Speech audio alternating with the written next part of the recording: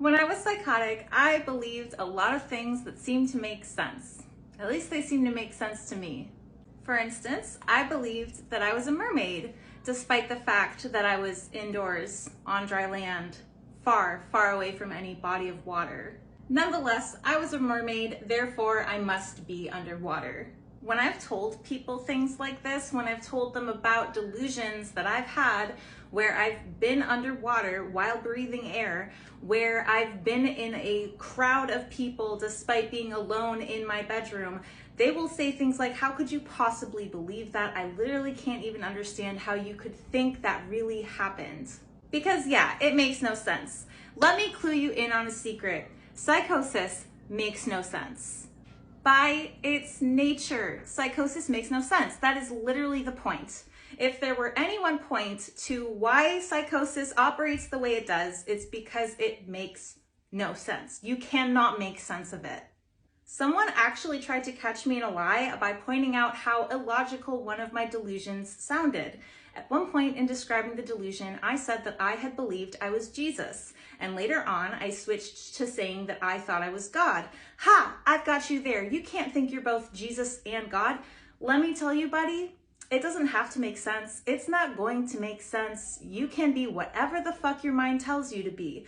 There's no rules, there's no law, it's wild ass territory. So for people who are dumbfounded when I talk about things like believing that I'm underwater when I'm clearly on dry land, just understand that you don't have to extend your thoughts any further than hearing what I'm saying. You don't have to try to understand what I was going through. You likely never will unless it happens to you. It's not comprehensible. That's the point. It doesn't make sense. The other day, I was talking with someone about when I believed I was a giant and how I thought that I was just so big and humans were so small that to translate that height difference in my mind made them look like spools of thread and pine cones. In reality, they were just spools of threads and pine cones, and I was talking to them like I was their queen and they were my loyal subjects. Because I honestly could not tell the difference, and I did not know that these were not actual human beings. While I was talking, I guess I must have started smiling because this person was asking me, why are you smiling? It's so interesting that you could be talking about psychosis and be smiling about it at the same time. And I was like, well, yeah, that was kind of a good thing that happened. That was kind of a fond memory to have because it wasn't scary in that moment. And while psychosis is usually terrifying, I did have moments where I was relatively okay, where I was having hallucinations and delusions, but they weren't terrifying. I forget so easily that there were good times because it is just such an insurmountable level of fear when you're psychotic.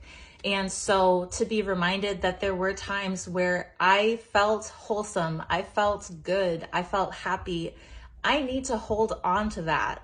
I need to hold on to those small moments that got me through the worst fear of my life, that got me through the worst experience of my life, because I have to have something.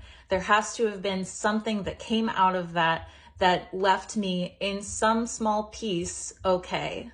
I've recovered from psychosis and I am okay today, but it was a scarring experience and it is something that I can't unlive, that I can't unsee, that still follows me in intrusive thoughts every day. So for someone to point out to me that I'm smiling while I'm talking about experiences in my episode, that's the kind of stuff that I need in my life. And I need to be reminded that even in the worst heights of hell, I could still be okay.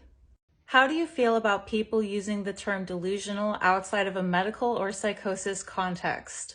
Well, I have two varying opinions about this. I believe that you can use it harmfully, which is the way I most oftenly see it used, or you can use it a little bit less literally while still kind of using the essence of the word, I guess. Like you can use it in a context where it's following a loose definition. It's not exactly like a clinical symptom, but it kind of follows the vein of what delusional means. I know that sounds complicated, but it's a lot easier than I make it out to be. And I will just give you an example of how I would use it in a more objective sense, in a neutral way that is not harmful. If delusional's definition is a fixed false belief, you can kind of extrapolate on that to mean that it is like being detached from reality, like being out of touch with reality, which I see a lot in people who aren't psychotic. They just happen to not quite understand the way the world works, or how it applies to them, or how their consequences affect others. Like, let's say a person is driving down the road and they're speeding, like way above the speed limit. They get pulled over by a cop who gives them a speeding ticket, and their mind is blown.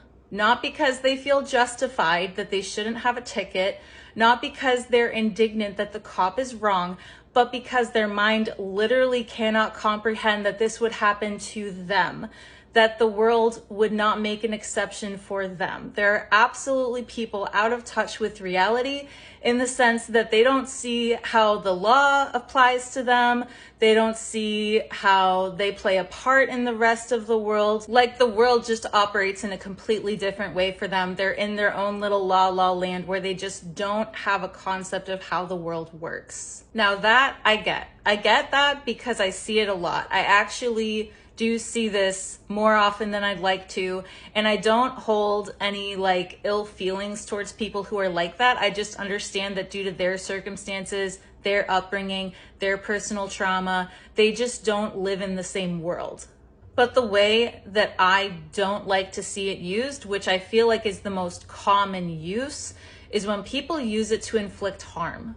A lot of people use the term delusional, for instance, when they have opposing beliefs from other people. Not that they have false beliefs, they have opposing beliefs. So people who have different opinions on religion, different opinions on politics, will say, call a religious leader or a politician delusional. Now, while they may be an extremist, while they may have some glaring faults, they're not delusional for having opposing beliefs. Opposing beliefs are not the same as false beliefs, because you can have your own beliefs. You're entitled to your own beliefs. Psychotic people are entitled to their beliefs. The difference is that the beliefs that delusional people with psychosis have can be proven to be false. You can't prove a political belief to be false. It's a belief. When people throw around the word delusional in a religious or political context, they're using it to say their opinion is wrong. They are wrong. Not that they have a false belief, that they are wrong. There is something about them that is incorrect, that is illogical. There is something about them that I do not agree with. Therefore, they must be wrong. Therefore, they must be delusional.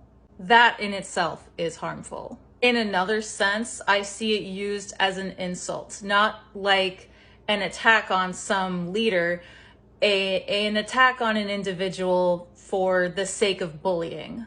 I have a great example of this because it happened to me just the other day. On one of my videos where I was talking about delusions, someone commented, "You're delusional about that haircut." I don't take that as a personal attack on me. I take that as an attack on my community, because in using the word delusional to insult my haircut, you're really insulting psychosis. Using the word delusional to say you make bad decisions with your hair, you look bad, you're tacky, you're an embarrassment, you're making an embarrassment of yourself when you present your face in public, yada, yada, yada. That reduces a symptom of a disease that traumatizes people that I would never wish anyone to go through. It is absolutely reducing one of the worst experiences of my life into a fucking haircut. Trivializing delusions like that just furthers the stigma. It's spreading misinformation, misrepresentation. It's giving people a false idea of what a delusion actually is. Because when they think that a delusion is having the wrong opinions that you oppose, that you don't agree with, they're not understanding what it actually looks like. So when they actually see it, they won't know that that's what it is. And this prevents people from getting the care they need, because without the accurate representation and education, they won't be able to identify it for themselves when it happens to them, and they will stay in that state far longer than they should. Growing up, I thought delusional was just an insult. I didn't know what it meant. I didn't know it was a symptom of anything. It was the same as calling someone a schizo. I didn't know what it meant other than that person's weird, that person's out of the norm, there's something wrong about that person. So yeah, when I went psychotic, I didn't know what the hell was happening to me. I knew something was wrong, but I didn't have the language or the education to understand that it was psychosis and that I was delusional. So when it's used as an insult or as a way of saying, I don't agree with you, I don't like your opinion, that is a very inappropriate way to use the word delusional. Absolutely inappropriate. Definitely refrain from that. But in a neutral, objective context of just saying this person doesn't understand why they got a speeding ticket, they're a touch delusional. Like, that's, in my mind, that's a bit different, because being out of touch with reality, I believe, applies to more than just people with psychosis. There are a lot of mental illnesses that skew people's perception of reality. Personality disorders come to mind immediately because I myself have a personality disorder, and I can tell you that it skews my perception of relationships. It skews my perception of drama where there may be no drama at all. So yeah, your perception of reality can be a touch out of place without actually being, by definition, delusional. You can still have a disconnect.